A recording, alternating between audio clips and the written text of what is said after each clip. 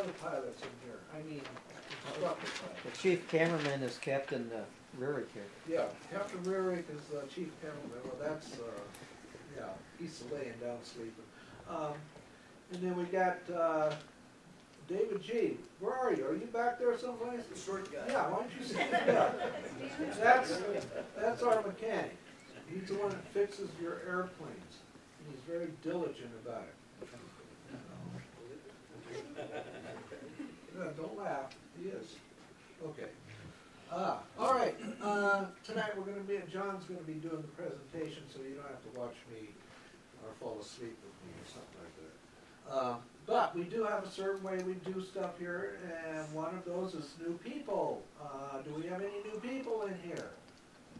Okay, stand up and introduce yourself, tell you who you are and all that stuff. Okay, so my name is Robert Zavala. I work here at the AMOC, and I'm here because I'm interested in taking some lessons with you guys and joining the Aero Club.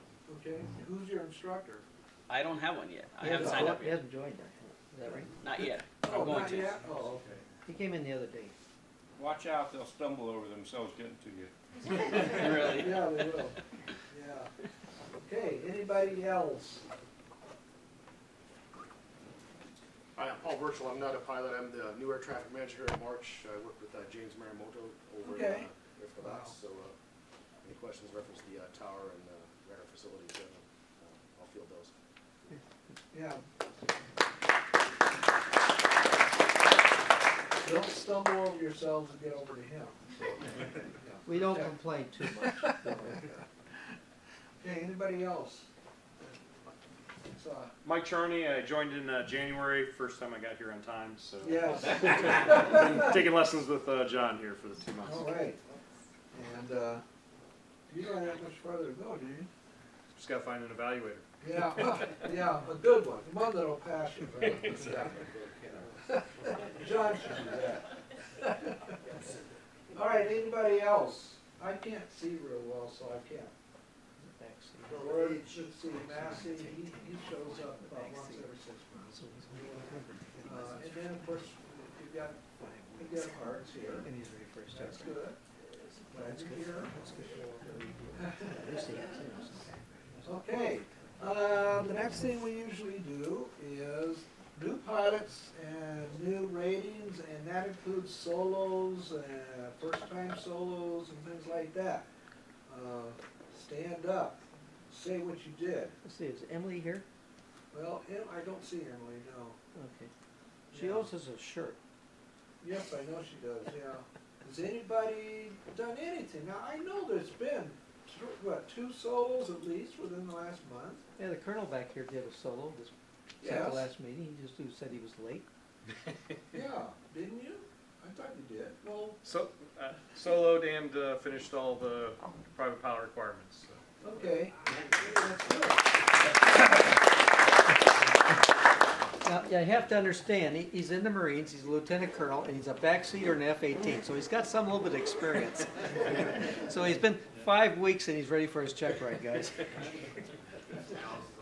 Typical Marine. You just like Absolutely, yeah. The good guys. Has anybody been violated by the FAA? It's kind of personal, you know. Well, you know, I mean, we all got to learn, you know. What is it? AOPA has the saying, you know, we don't live long enough to make all the mistakes that other people do, so that's why we cover those things. Let's see, Justin Chakut, are you here? I'm here. Yeah. Have you done anything? I thought you had. I went to Catalina. Well, yeah, for your first time, right? Yeah, it's a And normal you did not buy your instructor lunch, right? lemon iced tea. Lemon Close iced tea, second. yeah, okay. So that's all you got. Yeah, well. We scared a buffalo. All right, experiences. This is just where you get to kind of share a little bit of what you might have had. Yeah. Last week, Joan and I went to the museum over here at March. They had an SR-71 pilot, Colonel, what's his name? Shelton. Jim Shelton. Okay. He holds the record for the longest flight, single flight in an SR-71, 11 and a half hours in 1973, and he has over 900 hours in the SR-71. reason I bring this up tonight is that on April 1st and 2nd over at the museum, they're going to have, I don't know how many, but several of the SR-71 pilots will be over there for 2 days. And so Yeah. if you get a chance, you should go over there and just check it out. It's really interesting. I mean, the guy told some amazing stories about that airplane. It actually changes, in length it changes over 3 inches in length at speed, and also the width of the airplane changes when it's at speed. And he said that at speed he could not hold his gloved hand against the windscreen because it was that hot. It's hot. Yeah. And then just lots of really interesting information. He said that he did an overflight of North Vietnam at 80,000 feet, taking pictures, and when they developed the photos, there was a photo of a guy kicking a soccer ball, and you could, I mean, it was well defined, and this was from 80,000 feet, and this was 1950s and 60s technology. Yeah. So it's an interesting airplane. The guys are really interesting to listen to when they give their presentation, so if you get a Yeah. chance, check it out. It's April 1st and 2nd over at the museum. And I can verify that. I've been to those. They hold them here about every other year or so. He's the guy I have the big beef about, and I haven't been able to talk to him about, because when he did that record, he woke me up in the middle of the night. Yeah, and back he then, talked about that. He said he could see Cincinnati out one window, and he could see Chicago out the other. And they normally they were going from L.A. to Rome, New York. yeah, And they were going in a hurry, and so they were sonic booming all the way across the all the United way States. across, exactly. And Yeah. the meteorologists were saying, "Oh, it's a meteor, it's a meteor." So, Yeah, just as another little aside, I found out also that airplane was towed into that facility by Dave G. yes. Well, yeah, David G. He doesn't tell you all these things, you know. There's a lot of things David G. does that he doesn't tell you. I can tell you when he's not here about some things, but not now. Yeah, that's neat. Thank you for sharing that. That's a very true statement. Yeah, it is worth going over there and talking to these guys, you know, and you can ask them any questions you want. They even have sometimes the crew chiefs over there, and which is worth, you know, a lot too, just to talk to them about the airplane, because they saw it in a different perspective. And believe me, there was a lot of things about that airplane that were a lot different than most airplanes. Anybody else? Jason? You haven't flown lately, have you? Yeah, okay. Scared. You Who's just, the new cameraman? You didn't introduce him. who? The new cameraman. Oh, yeah, I know. Well, yeah, introduce Cameron. His name's Logan. He's doing volunteer work. Well, that's okay. Is that for So this flight is time? this is his service project. He gets Well, Logan, Yes. Okay. yeah, do a good job. I know you are. You will be doing a good job. Okay, nobody else, huh? Even in the Air Force, Bill? Anything? Okay. He's got nothing to report on because he's been gone. He has been gone, yeah. Have you had a check ride lately that you passed or anything? Oh, gee. That's what you get for being the safety officer, so. Okay, Aero Club manager will talk, unfortunately.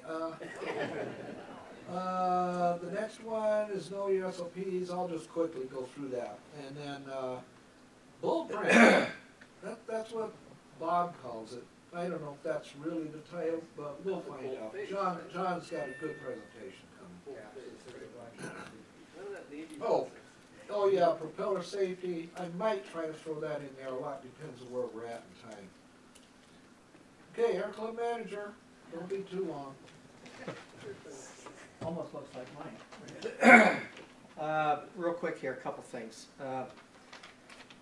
When we put oil in the aircraft, be sure and mark it down. We're showing oil usage, but nothing's there. I'm trying to do a survey to see where my costs are. I know that some aircraft, we've gone 30 hours without adding any oil. It's almost impossible. And that's in the T-41A. So please, please, if you put a quart of oil in, drain it fully and mark it on the sheet, not only on the gas sheet, but in the computer for your invoice. Credit card, we're still having some issues with the credit cards. Be sure and put in the codes. that are required, the 3-digit code in the back of that, and make sure you have your invoice number on that so Roger doesn't get mad. If there's something wrong with anything, let someone in the office know, or send us an email, or notify us. Don't be afraid. The only time I'm going to take and give you a hard time is if you ding a wingtip or you fly without a wheel. If you break the grounding wire, just tell us so we can fix it. You know, right now we got that stringy cable out there, and we're trying to get that reel that was only a month and a half old before it went to pot. We have no water in our building on the flight line side. They had a master leak on a Friday night around 4 o'clock, and the guys went home at 5. They managed to get the city out to shut it off with all the computers off the floor and stuff. I have requested repair for the water line, so we'll get a fountain going, and we'll have water to the outside so we can clean our airplanes. So SSI, which is the contract people here on the base, they're working on it, and they know where the water is available through the bathrooms, and they can cut the pipe, tie it into where the bathrooms are with about a 20-foot pipe. Bob, That's my viewpoint. on washing airplanes out there, we're not gonna get away with that with EPA. But you gotta go to the We're wash not area. using a hose, we're using rags only, and that's legal. Yeah, right. Okay. On the sign-up board, I put a coin. That's our latest project here, thanks to John Law. And we're going to sell those things for this month only, 2 of them for $25. After that, they go to $14 a piece. So, like I said, I'm in for about 8 of them for my grandkids. They make nice little gifts. If you know somebody that wants to take and do a fam ride for a price, we're going to take and throw in the coin as a little incentive so they can join the Aero Club. So it's a nice coin, and it's kind of follows the Air Force program here with burnished silver, if I can use those words, and the dark blue edge on the outside marking where March Air Force Base is. And that's all I have. Oh, thank you, Bob. I neglected also that temporarily right now we have an F-22 pilot that's a member of the club, and he's in transition going from one base to another. And today he flew his dad in our airplanes, and I guess many years ago his dad's dad flew him in an airplane for the first time, and now they went full circle. Now he's flying his dad. And so he's going to Hickam Air Force Base. He's young. I mean, when he walked through the door, I thought it was a high schooler, but he's an F-22 pilot. And so for a short period of time, we got one of those guys. He's quitting the club here, so he takes off and off leave and goes. So John checked him out. Okay, let's see. Okay, SOPs, real quick. All the SOPs are where I'm in this paragraph. I forgot where we were at last time, but I'll just do this to repeat.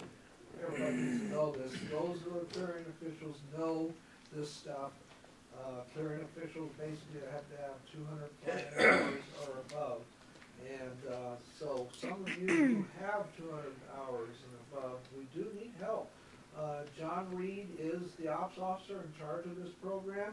Does an excellent job with it, which I knew he would, and he even does this thing when he's in crew rest with his airline out there someplace in the world, and I'll get messages from him all the time about changes and things like that, so he manages it pretty well.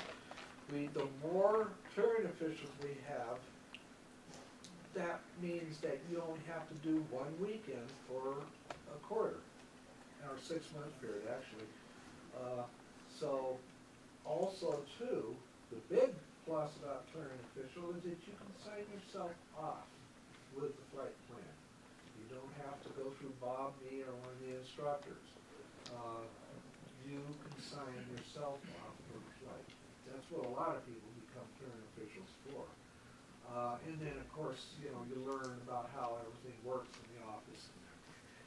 Any questions on this? Okay. Bullpen. I just got one quick thing here that I forgot. For all students, If you haven't flown in 30 days, you gotta have an instructor. If you've flown 10 hours in solo, you gotta have an instructor. Those are the regulations. If you go past that 30 days, you're grounded. And that took place this month.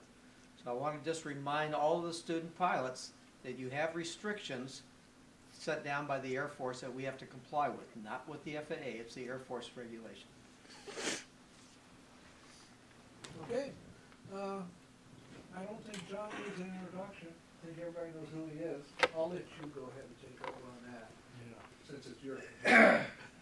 Yeah, about that, the FAA has to have the instructor endorse your paperwork every 90 days, while the Aero Club is more restricted, we have to do it every 30 days. That's the,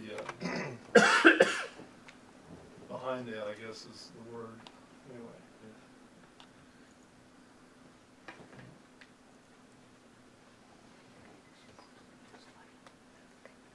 Okay.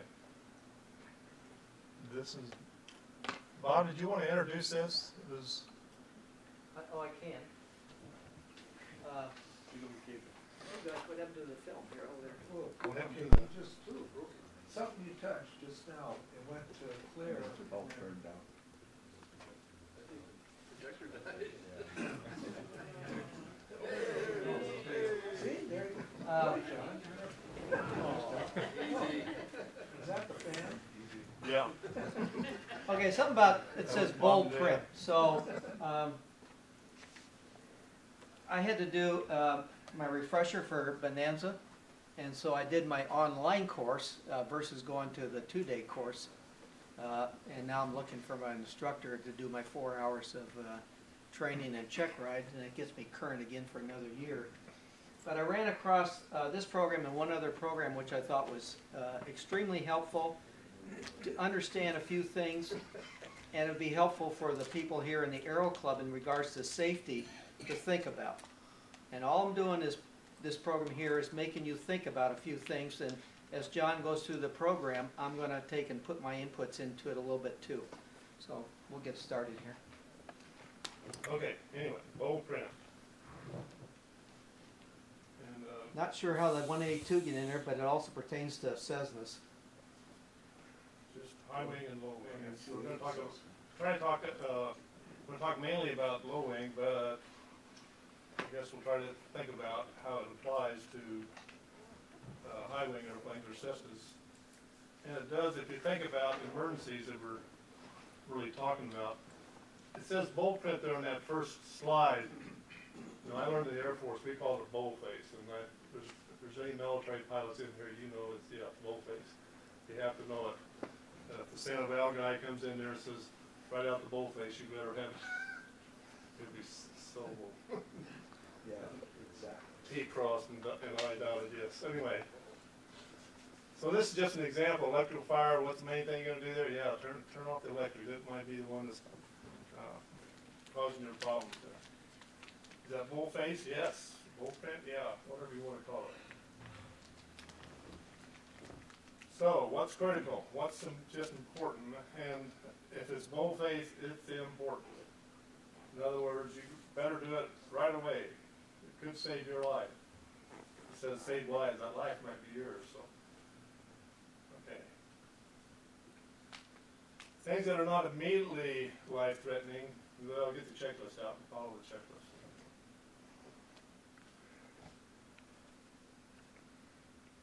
First thing, of course, is aviate, maintain control of the aircraft, things like that. I think we've been talking about this the last few months. And what's the order of that? Maintain aircraft control, analyze the situation, take the proper course of action, and land as soon as possible, probably. The other one is aviate, navigate, communicate, whatever works for you, okay? And maybe, Bob, you can talk more to this as far as the angles there. This pertains to the Bonanzas only, but if you look at the figures and you look at angles in which we're talking about, we're talking about AOAs, angle of attack. So, on takeoff, 10 degrees pitch up. DC 10, 10 degrees pitch up. Bonanza, 10 degrees pitch up. I bet you 10 to 1 and your Cessna is 10 degrees pitch up. It's almost mechanical. If we're looking at Visa Y, we're down here, 7 degrees, that's pretty close. Cruise climb is at 5 degrees, pretty close for a DC-10 also. So even though these are for a low wing and happens to be Bonanza, it also is going to be very, very close to what the Cessna is going to be flying that you fly here in the Aero Club or the T-34s. Whether it's going to be a large, heavy aircraft or a single wing general aviation. And when you look at level cruise, we're looking at 0 to -1 on the pitch, and it depends upon the step that we're on. And again, that depends on where our flaps are set, when we first adjust our flaps, or where the wing incident has been set. And sometimes if something's been taken off, we may find a slight change if they didn't use the right gauges to reinstall those. And for approaches, looking at your airspeeds and the glide slope, these are all fairly close, whether I'm in a 182 or a Bonanza or in a DC-10. Next. If I'm looking at engine failures, and we talk about maintaining control flying the airplane, 5 degrees to get started. And I think I've mentioned before, at max gross weight 3760 in my Bonanza, if I lose an engine, my glide speed is 112 knots. If I'm taking off at 80, what am I going to have to do? I want everybody to start thinking about this thing. This is why I say takeoffs are always an emergency to me. I'm always thinking about where am I going to put this thing if the engine quits. I'm definitely at Redlands not going to put it in boulders that are 10 feet in diameter. I'll be looking at the street off on the left-hand side. And if we're looking at engine failure after we've taken, we've moved a constant speed prop back to minimum, or here, if it's able to feather, we're looking at 0 degrees to get the glide speed in regards to that. And of course, emergency descent is pitching it down with as much drag as we can. So the T-34s with gear down and at 60-degree angle bank, you can probably get almost 4,000 feet per minute descent out of a T-34. The Cessnas, because of the wing design, is going to be much less. But if you put that into a bank about 60 degrees, and I think we'll talk maybe about this a little bit later, 60 degrees, you're not going to increase your speed that much, but you're bleeding off altitude. So these are just some of the things I want you to think about for the future in case something does happen.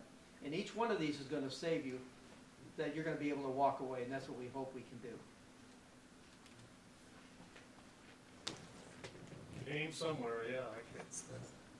Got that shot. So, and we've talked about SA a lot too, pilot situational awareness. Where are you and what's happening to you? If something happens, you want to have a brief plan, and we'll talk about this there in a little bit more detail. GPS, more people have GPS. And don't forget about SoCal Approach. They can help you out. Call them up. They want you to call them up. So, emergency checklists and engine failure. That's, what engine is that, Bob? Is that yours? Looks like your 520. Okay. Ain't mine. Okay, anyway, we said maintain control, aim somewhere. Aim somewhere at what? At your best glide speed. T-41A, best glide speed is 80 miles an hour. Okay. T-34, it is 90 knots. Okay. And when you're doing that, you want gear up and flaps up to extend that glide as long as you can. Prop, can you pull the prop back and get it a little lower? Well, it sort of depends on the oil pressure maybe. We've talked about that in here too. Did you run out of gas? Make sure the fuel selector is on both or something like that. And Cessna, make sure it's on both. Make sure there's some other things we can check too, like the mixture control.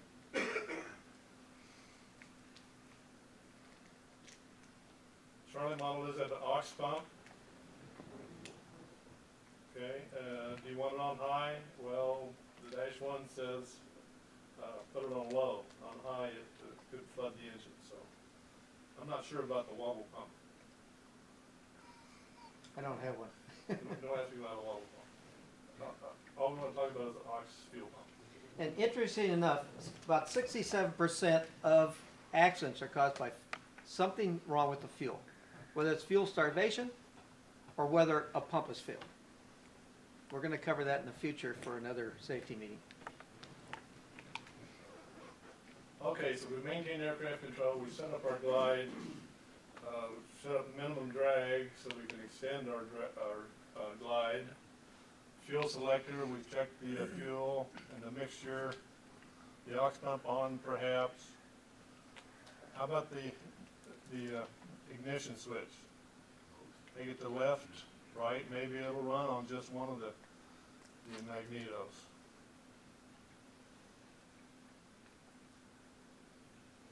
Here, I'm not sure what this air means. Air is make sure that we don't, if we have an engine fire or something, we don't want that polluted air from the engine compartments entering the cockpit. So we're going to have to try and shut off any kind of air we have. And in the Bonanza, we have a shut off here. In the Cessna, it's windows or vents. I also saw something on AOP about shutting off your cooling fans. Didn't kind of, your radio cooling fans also pumps in there from, Oh, okay. in there. Yeah, anybody else? Okay, and also on takeoff, we talk about the area of decision, and then do you have enough runway to stop if you need to, if you get to that decision speed?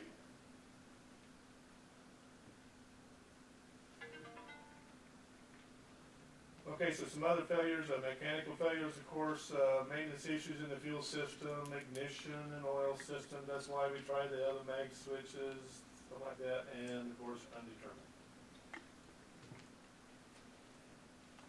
So, readiness of glide, Bob talks about this on his low-wing airplane. Basically, when you're looking out from your airplane, go out to the wingtip, that's about as far as you're going to be able to glide.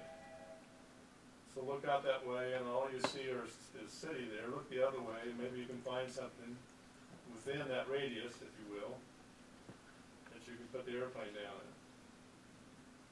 Don't forget to look behind you. Behind the airplane. In the Cessna, you can almost do the same thing, but you have to practice and see whereabouts on the strut you're going to be looking at to get that range. Now, don't forget, it's all based on altitude.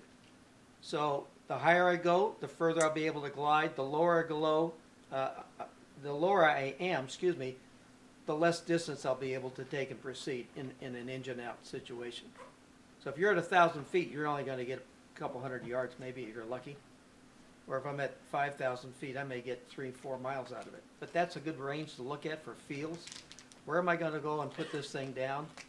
It gives me a chance to take and really look about where the best situation is to put an airplane down if it's got an engine failure.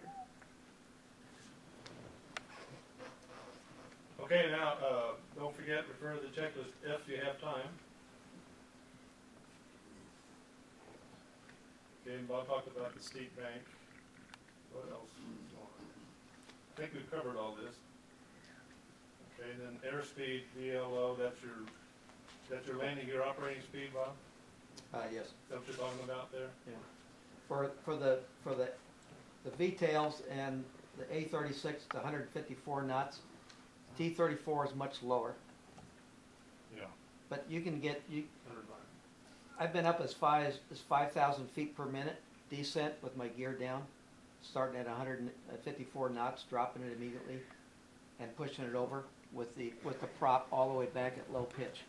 That's pretty good. That's a pretty good drop in a single engine. You're not going to get that in a Cessna, so you got to get into a steep bank to get it down. It's almost like a slip.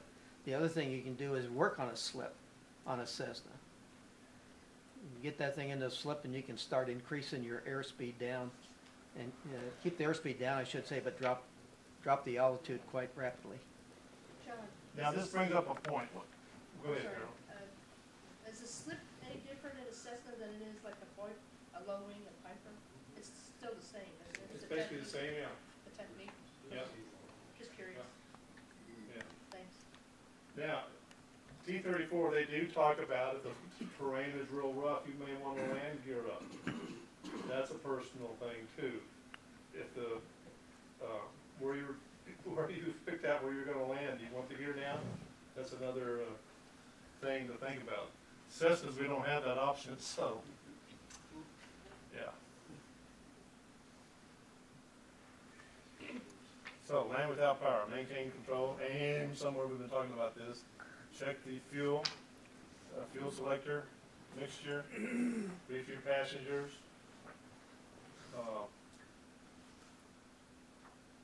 Use shoulder harness if you got it. Final radio call if you can, tell somebody where you are.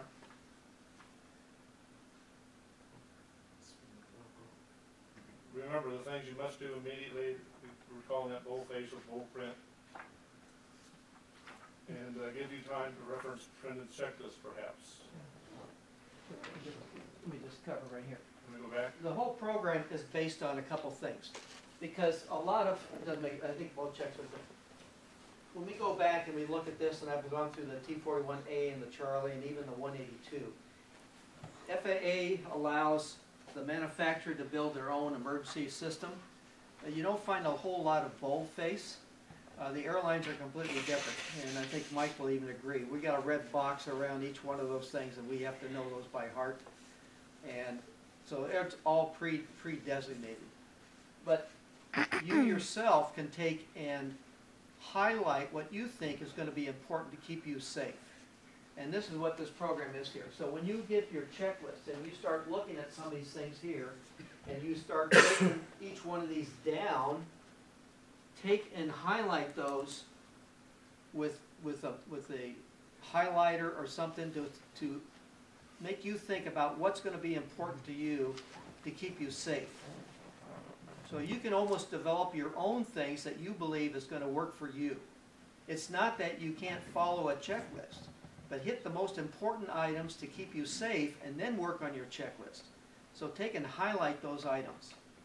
And that's what they're impressing here on the other thing here. And this is the most important thing right there. The things you must do immediately from memory are to do this. Save a life. And that's you. You want to make sure you can walk out of that airplane, get away, walk away, and look at it and say, yeah, I survived that sucker. And also, you got people on board, and I'm sure you just don't want. One of the worst things for an airline pilot is getting into an accident and having someone that was in the back seat that relied upon you and killing them. And that's one of the worst things that we have, and we keep on the back of our minds all the time. I'm sure Mike thinks about that consistently. And sometimes we get in general aviation, we forget about the person that's with us. We're kind of focused just on us. But it's really our responsibility to protect that person that's with us, whether it be the instructor or you. Just one last thing from me, and that's, when I teaching students to do this, and we're gliding, we've lost our engine, tell them get the flaps down. Why keep the flaps down? Because you can land at a slower speed. Okay. Last thing, turn the master switch off or battery switch off, or something like that. You are going to do a crash landing, right? You could get a fuel leak. Do you want the electrics on to get a fuel leak? I don't think so. Okay, you back up, Roger. No, we're going to want to back that up, and then I'd like to talk a little bit. If it's, we'll give back it it up. Yeah, let's go back to that last checklist. We'll talk about the Cessna 310 that went in at Riverside, and some of the errors that we can talk about from what we've seen here as the possibility of what may have taken place. We know that they were probably near gross weight. They had 5 people on board plus bags and full fuel. They had about 130 gallons, I believe, 140 gallons of fuel on that airplane, and she was just going to Fresno. They had problems with the engine start. Thing wouldn't start. They go back in the restaurant, they talk about it, and go out and try it again, and wouldn't start. It was a turbocharged, and it ran 300 or 310 horsepower. I forgot where the exact horsepower was on this. And so they were having difficulties. The lady was flying it. The husband was just sitting on the right side. And then they had one thing here. Let me back it up one more, no, or go forward, I think we can go forward maybe. Let's go back it up, yeah, right here. So in between here, it's not really listed, but we had get-home-itis. We've heard those little connotations before. Get-home-itis, gotta get home. You know, sometimes it's easier just to go rent a car and leave the airplane there and walk away than never get to your destination. Finally got the engine started, ran back inside, got everybody out after they almost ordered meals, because they'd been there for a number of times. There was a break in the weather, and now we're deciding we're going to take off. What we really don't know about the accident from all of the discussions that I've had out there and with other people who are familiar with this thing, was that what took place during the pre-flight, what took place during the warm-up, and what took place with the checklist on takeoff. Were the individuals briefed? I don't think they were. I think she was at get-home-itis. I don't think she did the warm-up and the checklist and the magneto check right. That's my own personal opinion. And she was not prepared as to whether that engine was going to run or not run. So let's look at a couple things here. We know that she was at low altitude. She was taken off to the east. The very first one, maintain control? No. What do you think took place there? I'm opening it to you. What are some of the things that you would think that would take place? She lost an engine, so it's going to roll into that dead engine. Yep. 310, if it's an older one, I understand they're pretty hard to fly with just one engine at all. Yep. There's one. Anybody else? Got a lot of silent bodies here tonight. I think she panicked. Well, here's my viewpoint right here. On the very first one, she was trying to keep the airplane flying when it wouldn't fly. So we keep pulling back on the stick, trying to make it fly, and what happens to our airspeed? That's my own personal opinion of what took place here. So we got a single engine, it's not climbing, heavy gross weight, and she's trying to make it fly. It doesn't work. What would have happened maybe if we had looked at item number 2 here? I can see where I'm going. This thing isn't flying. Let's just try and get it down here on a street where there's not a lot of cars, or let's try and put it into somewhere else. Taking off out of Riverside, we know that on the right-hand side, if we make a right-hand climb out going westbound, we have all that industrial complex there with great big parking lots. I'm always looking at that every time I take out of there at night. That's where I'm going to put mine. I'm going to put that down in that section there.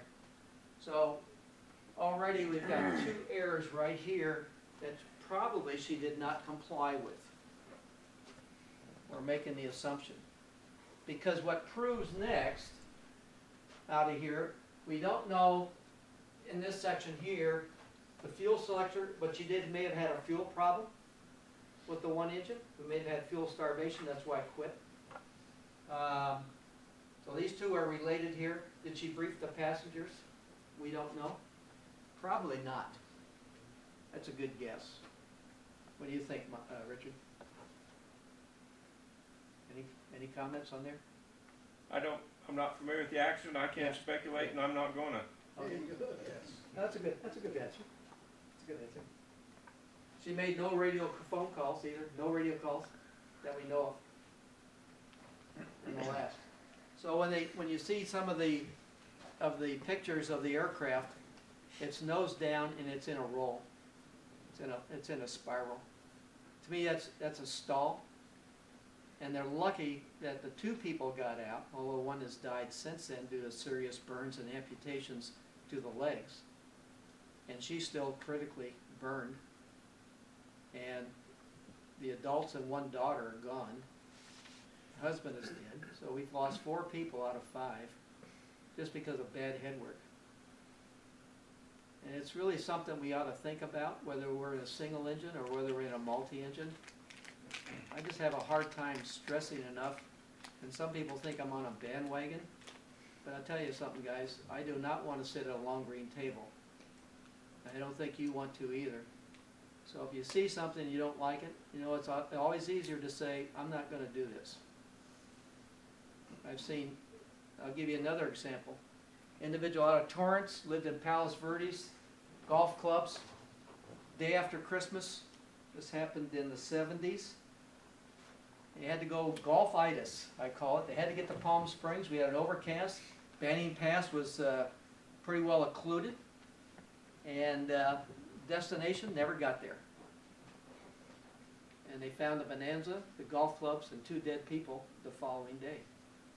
Banning Pass. Just had to get there. How much of a drive from Torrance to Palm Springs in the 70s compared to what we have for traffic now? A person probably could have driven it in about an hour and 30 minutes at the most. You know, was it worth an hour and 30 minutes just to go there? Yeah. So anyway, the whole concept here, we've got some good principles to think about for ourselves and for our instructors and for our passengers. Thanks, John. Thank you.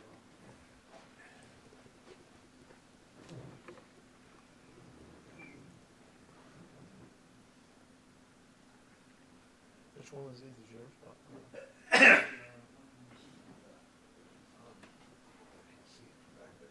Yeah, that one right there.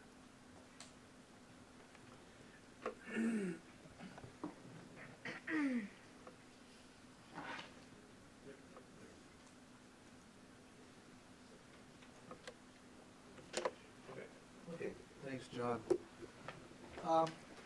If you haven't seen the latest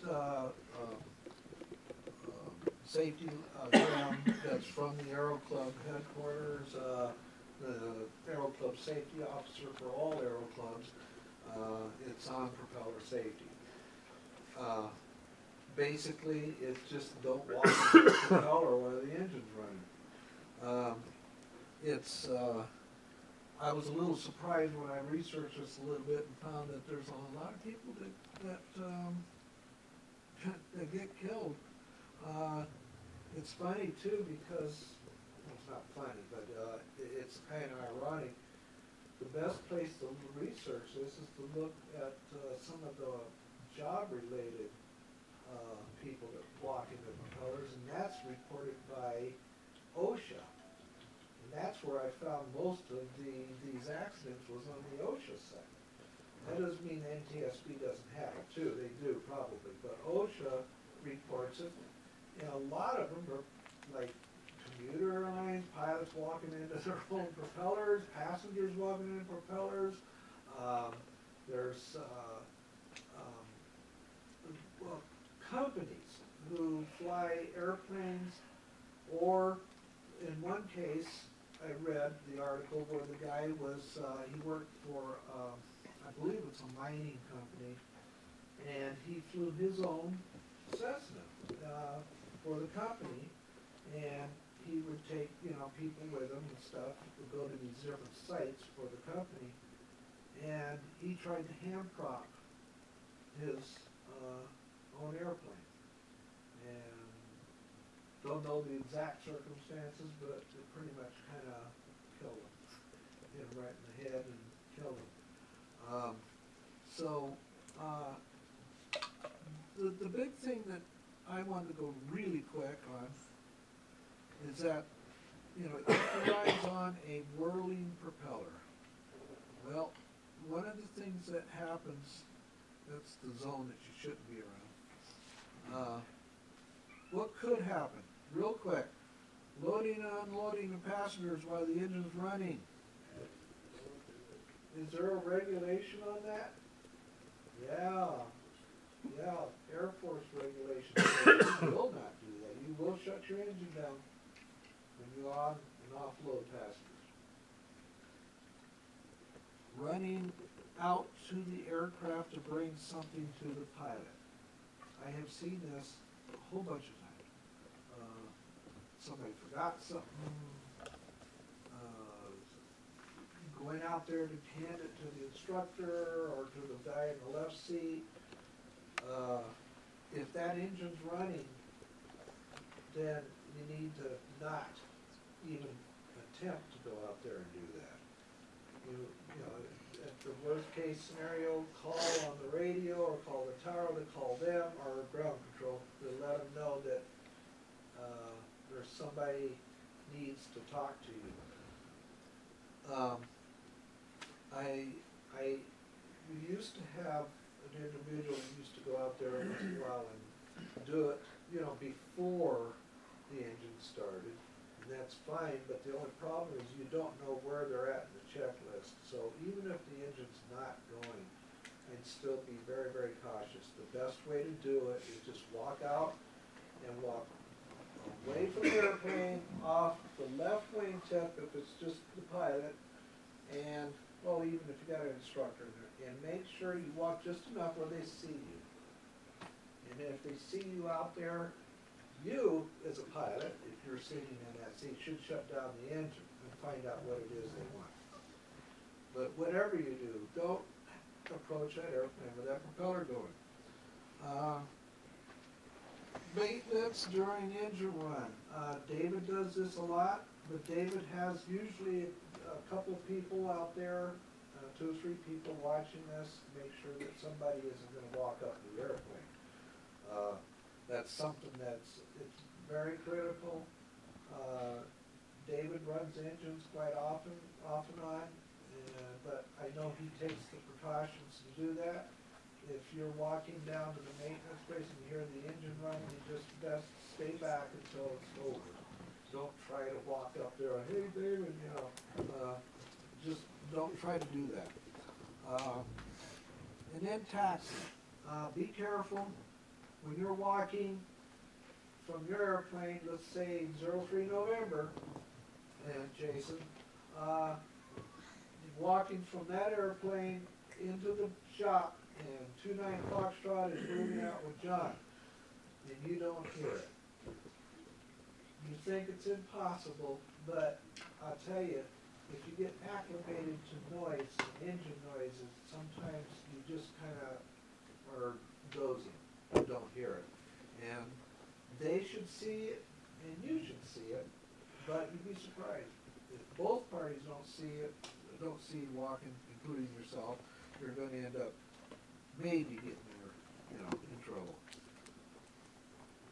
Let's see, I think that's what, okay, can you hand prop an Aero Club aircraft? The answer's right up there. In case you can't get that right. Right, Jason? Yeah, okay. No. AFI 34-117, page 34 says, and under no circumstances will you hand prop an aircraft. Okay? Period. Doesn't matter what it is. These airplanes are for recreational. We are not, unless the Air Force calls us up and says we need to abandon this base for some major wartime emergency. Other than that, you don't hand prop an airplane to get the thing started. Enough said. Okay, any questions about all that? Can I throw my own 2 cents on this? Yes, you may. Yeah, just from a personal experience, I was stationed at Little Rock out there when the local airport, North Little Rock, stored in the news. There was the local commuter airline coming in with a Brasilia airplane, typically go right up to the terminal. You guys know a lot of the airports have big glass windows out there. The taxi in with 1 engine off. Ground crewman working for that company, probably doing like 20 years. Run in front with little kids' heads sticking up to the window. He just walked out, put the chocks in, walked right into the propeller arc, and killed him right there in front of everybody. So, you know, a lot of you guys thinking, hey, you've been around airplanes for a long time. This will never happen to me. It can be silly. It can't happen, but it can happen to anybody. One of the first things that taught me when I went to go fly 130s coming out of jet airplanes, and I thought it was kind of silly at first, is you never ever walk through the propeller arc. Engine on, engine off. It doesn't matter. You're gonna walk to the front of the airplane, walk to the cargo compartment, go talk to the loadmaster, whatever it is. That was made right from day one. You walk all the way around to the wingtip out there, and it's basically built this pattern. So no matter what's happening out there, you never walk through a propeller arc, and you wouldn't have to, because you think you never do this with an engine running. It's obviously noisy and also like this. It's not so obvious when you're not running an airplane for a long time. So good habit, sir. Thanks, Bill. Yeah. So be aware. What was that one up there? The primary risk presented by spinning black is difficult, often impossible to see it. And many of you know that. You know, I've stood there and watched and you can tell it looks like it just disappeared. John flew C-130s, and I'm sure that You never walked with rock, Yeah. Never. And that's another story. We'll talk about that in another safety meeting. The other problem is prop disintegrating while you're flying. Very dangerous. Questions? Wow. Roger, last meeting, I know Mr. James Promoda brought up the airspace changing. Anything, has any of that changed yet? Not yet. We're still working on that. SoCal is still doing a Metroplex project, and was at the end of May they should be. We're looking at April, right? Metroplex is done April 28th. So we're going to start talking to them in the second week of May with our presentation, and then hopefully move forward. Until after summer, probably, right? Yeah, investigation with the LOAs that we have to write and certain equipment limitation between joining our radar with Pendleton and whatnot. So it's going to be at least another 4 or 5 months. But the main goal is twofold: to get automatic releases. So if you're on an IFR flight plan, that we could actually release you into the NAS without having to wait for SoCal's approval. And then the other one is to support the MQ-9 relocation here. So that what we're trying to do is get our airspace connected up with Pendleton, so that both airspaces abut each other, which will facilitate moving MQ-9s between our airspace and theirs, so that they can work with the Marines and do joint operations a lot better. Because right now we have a gap of what, about 5 miles, and that's kind of like there's nobody that provides services between those two airspaces. So we're trying to improve our operations here to better support the flying missions that we've got.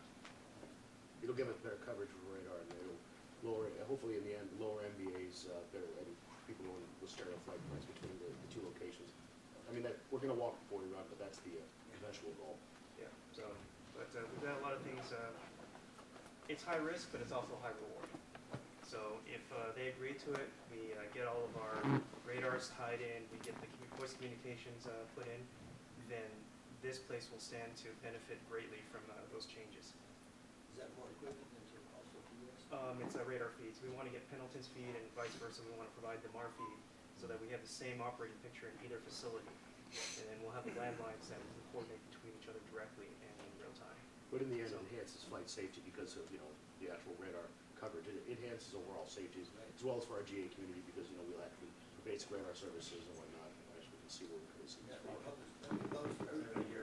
Airspace, once we get, we will be, that's again, down the road, that is the eventual goal, that March RAPCON, either 6,000 or 7,000, whatever we get, and then the expanded area.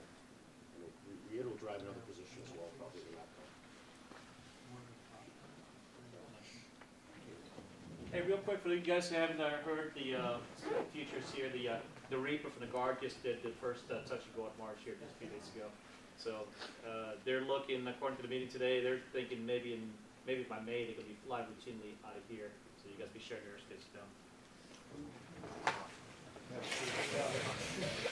Yeah. Thanks for sharing that.